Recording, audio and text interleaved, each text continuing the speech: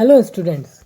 तो आज हम ऑर्गेनिक का टॉपिक स्टार्ट करने जा रहे हैं जिसका नाम है हाइड्रोकार्बन। तो सबसे पहले वर्ड को समझते हैं। यहाँ पे हाइड्रो का मीनिंग है हाइड्रोजन से, मतलब इस चैप्टर में हमें हाइड्रोजन और कार्बन से बने हुए कंपाउंड्स की स्टडी करना है। तो स्टार्ट करते हैं। सबसे पहले हम इसके क्लासिफिकेशन पे जाते हैं। तो हाइड्रोकार्बन को दो कैटेगरी में क्लासिफाई किया गया है, एलिफेटिक और एरोमेटिक, जिसमें एलिफेटिक को फर्दर सेचुरेटेड और अनसेचुरेटेड में क्लासिफाई किया गया है। सेचुरेटेड के अंदर वो आएंगे जिनके अंदर कार्बन कार्बन या कार्बन हाइड्रोजन सिंगल बॉन्ड होगा, जिसका एग्जाम्पल है एल्केन्स। अभी इनमें कोई हमको टेंशन लेने वाली बात नहीं है। ये जो नाम जो आ रहे हैं अभी यहाँ पे एल्केन, एल्कीन और एल्काइन आएंगे, तो हम इनको फर्दर अच्छे से आगे के लेसन्स में हम स्टडी कर लेंगे। अभी बस इनका क्लासिफिकेशन देखना है कि ये कैसे क्लासिफाई किए गए। तो सेकंड है अनसेचुरेटेड। अनसेचुरेटेड के अंदर वो हाइड्रोकार्बन्स आएंगे जिनके अंदर कार्बन कार्बन मल्टीपल बॉन्ड हो, या तो डबल बॉन्ड भी हो सकता है या ट्रिपल बॉन्ड भी हो सकता है। डबल बॉन्ड हुआ तो उसका एग्जाम्पल है एल्किन्स, और ट्रिपल बॉन्ड हुआ तो उन्हें हम एल्काइंस बोलेंगे। उसके बाद एरोमेटिक को फर्दर बेंजीनोइड और नॉन बेंजीनोइड कंपाउंड में क्लासिफाई किया गया है। तो नाम से ही क्लियर है, बेंजीनोइड मतलब जिसके अंदर बेंजीन रिंग प्रेजेंट हो। तो यहाँ पे हम एग्जाम्पल लेते हैं नेप्थेलिन और बाइफेनिल। तो यहाँ पे भी दो बेंजीन रिंग प्रेजेंट हैं, यहाँ पर भी दो बेंजीन रिंग प्रेजेंट हैं। उसके बाद नॉन बेंजीनोइड जिनके अंदर बेंजीन रिंग प्रेजेंट नहीं होगी, इसका एग्जाम्पल है ट्रोपाइलियम केटायन और एजुलिन। अभी इन दोनों एग्जाम्पल्स के बारे में भी टेंशन लेने की ज़रूरत नहीं है, क्योंकि हम इसको एरोमेटिसिटी के चैप्टर में अच्छे से डील कर लेंगे। तो आगे बढ़ते हैं। एल्केन्स के बारे में कुछ हम फैक्ट्स पढ़ लेते हैं। तो सबसे पहली बात कि ये सेचुरेटेड एलिफेटिक हाइड्रोकार्बन होते हैं। जैसा कि हमने क्लासिफिकेशन में पढ़ा था, एल्केन्स क्या होते हैं? Saturated aliphatic hydrocarbon. उसके बाद इनके अंदर carbon carbon single bond present होता है। इनका जनरल फॉर्मूले की अगर हम बात करें तो CnH2n+2 होता है, जिसमें सिंपलेस्ट एल्केन की अगर हम बात करें तो वो CH4 होगा। अगर हम यहाँ पे जो ये N है ये शो करता है कि नंबर ऑफ कार्बन एटम्स। तो यहाँ पे इसकी वैल्यू अगर N की हम 1 लेते हैं तो इस फॉर्मूले में अगर हम पुट करेंगे तो हमको CH4 मिलेगा। कार्बन के हाइब्रिडाइजेशन की अगर हम बात करें तो यहाँ पे वो sp3 हाइब्रिडाइज्ड होता है। एक शॉर्ट ट्रिक यहाँ हाइब्रिडाइजेशन की मैं बताता हूँ कि जब कार्बन कार्बन सिंगल बॉन्ड होगा तब वो sp3 हाइब्रिडाइज्ड होगा, कार्बन कार्बन डबल बॉन्ड होगा तब वो sp2 हाइब्रिडाइज्ड होगा, कार्बन कार्बन ट्रिपल बॉन्ड होगा तब वो sp हाइब्रिडाइज्ड होगा। ज्योमेट्री की अगर हम बात करें तो sp3 के अकॉर्डिंग ज्योमेट्री क्या आती है? टेट्राहेड्रल। और बॉन्ड एंगल 109.28, ये तो हम सभी को पता ही है। अब कार्बन कार्बन बॉन्ड लेंथ सबसे इंपॉर्टेंट चीज़ है। यहाँ पे 1.54 एंगस्ट्रॉन होती है। ये अभी जस्ट रिमेंबर कर लीजिए, हम आगे जब एल्कीन्स में एल्केन्स की कंपैरेटिव स्टडी करेंगे तब हम इस चीज़ को अच्छे से समझ लेंगे। उसके बाद ये ओनली चेन और पोजीशन आइसोमर्स शो करते हैं। देखिए फर्स्ट 3 मेंबर्स जो हैं मीथेन, इथेन, प्रोपेन, वो कोई भी आइसोमर शो नहीं करते, कोई भी आइसोमेरिज्म शो नहीं करते हैं, जबकि ब्यूटेन और पेंटेन चेन आइसोमेरिज्म शो करते हैं। तो जस्ट एग्जांपल लेते हैं ब्यूटेन का। ये हमारे पास ब्यूटेन है। अगर इस CH3 को उठा के इस कार्बन पे अगर हम लगा देते हैं तो ये कार्बन जो है इसकी अब क्या हो गई है? ब्रांचिंग हो गई है। इस वाली कंडीशन को हम क्या बोलते हैं? आइसो। तो इसका नाम क्या हो गया? आइसोब्यूटेन। अब अगर हम N पेंटेन की बात करें, यहाँ पे हमने स्ट्रेट चेन लिए हैं इसलिए इसको एन पेंटेन बोला है।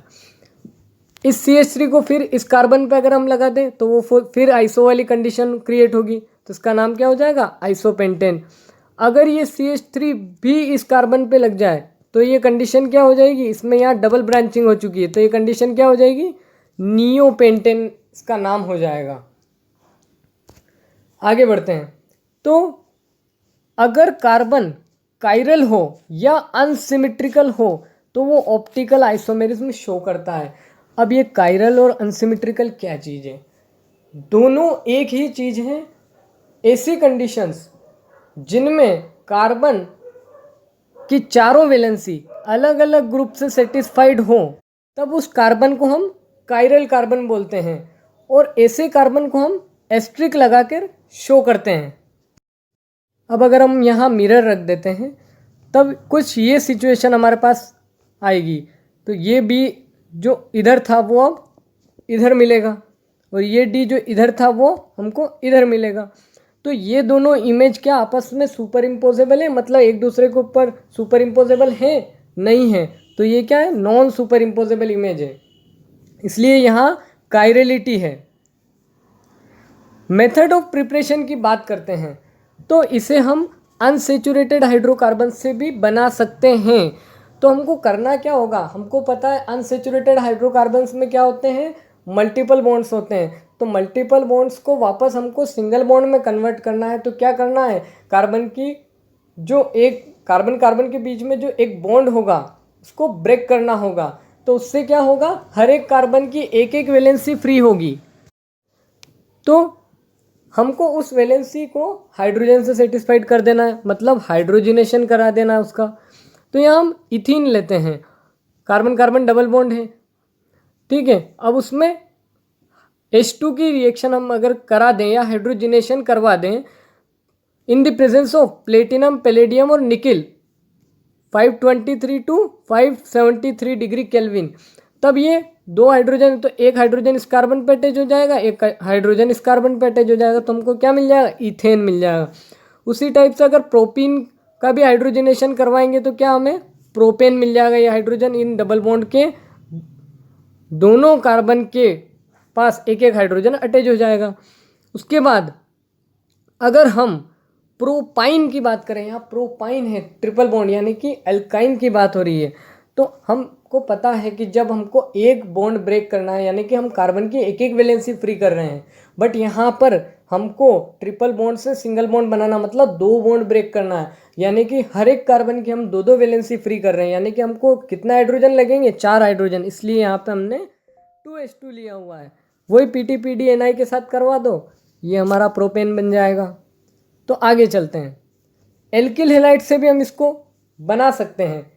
कैसे, दो प्रोसेस है, रिडक्शन के थ्रू भी और वुड्स रिएक्शन के थ्रू भी। तो एल्किल हैलाइड RX से डिनोट करते हैं, यहाँ पे X एक हेलोजन एटम है जो अपन क्लोरीन आयोडीन जो भी हो वो ले सकते हैं यहाँ पर। उसके बाद यहाँ कराना क्या, रिडक्शन, मतलब एल्किल हैलाइड का हाइड्रोजन ऐड करवाना है, मतलब रिडक्शन का मतलब ये होता है कि गेन ऑफ हाइड्रोजन। तो यहाँ कैटलिस्ट क्या लेंगे हम, ZnCu या जिंक को एसिडिक मीडियम में लेंगे। यहाँ ये जिंक करता क्या है, ये इस हाइड्रोजन को अपनी सरफेस पे एड्जॉर्ब कर लेता है, जिससे हाइड्रोजन हाइड्रोजन जो बॉन्ड होता है वो रिएक्टिव हो जाता है। इसलिए यहाँ पे RH यानी कि एल्केन और हाइड्रोजन हैलाइड यानी कि HX का फॉर्मेशन होगा।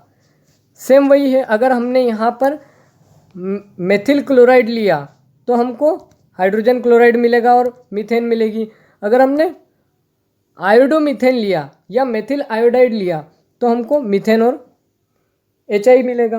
अब वुड्स रिएक्शन की अगर हम बात करते हैं तो यहाँ पे कुछ नहीं है, हमको 2Na लेना, 2 सोडियम मेटल लेना है, तो यहाँ पे 2 RX भी लेना पड़ेंगे ताकि आसानी से हम इसको 2NaX को इलिमिनेट कर पाएँ, और R आपस में बॉन्ड बना लेंगे।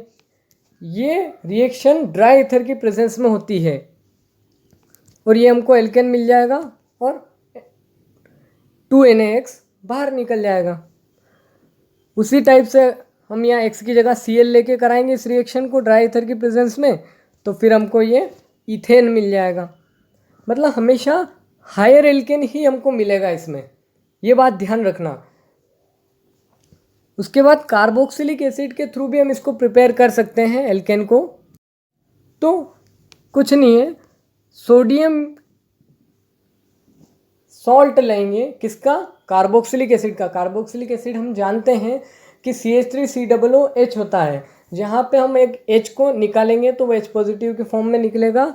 तो अब यहाँ पे CH3COO नेगेटिव बन जाएगा, वहाँ पे हम एक सोडियम को ऐड करा देंगे तो हमारा मिल जाएगा क्या? Sodium acetate. उसकी रिएक्शन हमको सोडियम हाइड्रोक्साइड और कैल्शियम ऑक्साइड के साथ करानी है, या हम इसे सोडा लाइम भी बोलते हैं, क्योंकि सोडियम हाइड्रोक्साइड ये और कैल्शियम ऑक्साइड का मिक्सचर को हम सोडा लाइम भी बोलते हैं। उसके साथ जब हम हीट करेंगे तो हमको मीथेन और सोडियम कार्बोनेट मिल जाएगा। इस रिएक्शन को डीकार्बोक्सिलेशन भी बोलते हैं, क्योंकि एक्चुअली अगर हम देखें तो यहाँ हो क्या रहा है, यहाँ पे CO2 का इलिमिनेशन हो रहा है, यहाँ से ये CO2 निकल जा रहा है और इस NaO के साथ कंबाइन हो जा रहा है। आगे बढ़ते हैं, कोल्बे इलेक्ट्रोलिटिक मेथड। इस मेथड में बहुत इम्पोर्टेंट चीज़ है कि यहाँ पे सोडियम और पोटेशियम सॉल्ट कार्बोक्सिलिक एसिड का लेते हैं, जैसा कि हम उधर भी ले रहे थे प्रीवियस रिएक्शन में। उसका एक्वस सॉल्यूशन यहाँ पे लिया जाता है, ये ध्यान रखना है। यहाँ पे सोडियम या पोटेशियम सॉल्ट जो होते हैं कार्बोक्सिलिक एसिड के, उसका एक्वस सॉल्यूशन लिया जाता है। उसका इलेक्ट्रोलिसिस जब हम करवाएंगे तो हमको हायर एल्केन मिलते हैं। अब ये कैसे? तो यहाँ पे ये जो सोडियम एसीटेट है, ये सबसे पहले क्या होगा? केटायंस और एनायंस में ब्रेक होगा। अब यहाँ पे एनोड पे क्या रिएक्शन होगी? सबसे बड़ी चीज़ ये ध्यान रख लेना कि एनोड पे हमेशा ऑक्सीडेशन होगा और कैथोड पे रिडक्शन होगा। बस ये दो चीज़ें ध्यान रख ली तो बस हो गई ये रिएक्शन। अब कैसे? यहाँ पे ऑक्सीडेशन, और ऑक्सीडेशन का मतलब होता है लॉस ऑफ इलेक्ट्रॉन्स।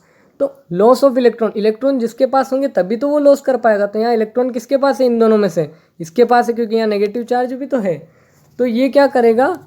इलेक्ट्रॉन को लॉस करेगा। एसीटेट आयन इसको बोलते हैं, क्योंकि अभी ये आयन बन चुका है। अब ये यहाँ 2 मॉलिक्यूल लिए तो 2 इलेक्ट्रॉन हमको निकाल देने। तो अब यहाँ जब हम एक मॉलिक्यूल की अभी अगर हम बात करें तो यहाँ पे अगर 2 2 4 और 2 6 इलेक्ट्रॉन ऑक्सीजन के पास है, अगर हम एक इलेक्ट्रॉन निकाल दें तो कितने बचेंगे? 5 बचेंगे। तो यहाँ गिनिए 1 2 3 और 2 5 इलेक्ट्रॉन है, और मॉलिक्यूल तो 2 लिख ही देना है आगे। अब ये एसीटेट फ्री रेडिकल बन गया है। अब ये acetate free radical methyl free radical में कन्वर्ट हो जाएगा, क्योंकि यहाँ से ये CO2 इलिमिनेट हो जाएगी। अब ये जो मेथिल फ्री रेडिकल होते हैं ये काफ़ी ज़्यादा रिएक्टिव होते हैं, तो ये दोनों मेथिल फ्री रेडिकल अपने आप में रिएक्ट होकर के और इथेन का फॉर्मेशन कर देंगे। उसके बाद हम कैथोड पे चलते हैं। तो यहाँ क्या हो रहा है? रिडक्शन, मतलब यहाँ क्या होगा? गेन ऑफ इलेक्ट्रॉन्स होंगे। अब इलेक्ट्रॉन की किसके पास कमी है? इसके पास, क्योंकि यहाँ पॉजिटिव चार्ज है। तो यहाँ पे 2 इलेक्ट्रॉन गेन करवा दो, 2 Na लिए इसलिए 2 इलेक्ट्रॉन गेन करवा दो। तो ये 2 Na दोनों न्यूट्रलाइज हो जाएंगे प्लस माइनस आपस में, तो यहाँ 2 Na हमको मिल जाएगा। अब इसकी रिएक्शन जो है, ये 2H2O जो है ये इस 2 NO के साथ रिएक्ट होके दो NaOH बनाएगा और हाइड्रोजन गैस रिलीज हो जाएगी। एक इम्पॉर्टेंट चीज़, इस रिएक्शन से हम मीथेन नहीं बना सकते हैं, ये चीज़ ध्यान रखना। ये कभी कभार क्वेश्चन आता भी है कि क्यों हम कोल्बे इलेक्ट्रोलिसिस मेथड के थ्रू मीथेन नहीं बना सकते। तो इसका आंसर सुनिए। कुछ होता यूँ है कि हमने इसकी मैकेनिज्म में पढ़ा है कि यहाँ पे 2 फ्री रेडिकल आपस में कंबाइन होते हैं, और यहाँ पे जब 2 फ्री रेडिकल कंबाइन हो रहे हैं मतलब कि 2 कार्बन होंगे, और मीथेन में हम जानते हैं कि एक ही कार्बन होता है जिसका फॉर्मूला होता है CH4। तो वो कैसे बन सकता है? इसलिए इसका आंसर है कि यहाँ पर फ्री रेडिकल का एडिशन होता है या कंबाइन होते हैं फ्री रेडिकल्स, इसलिए यहाँ हमेशा हायर एल्केन बनेंगे बट मीथेन नहीं बन पाएगी। तो ये था हमारा एल्केन्स। अब आगे हम इसकी फिज़िकल और केमिकल प्रॉपर्टीज़ के बारे में भी हम अगर बात करेंगे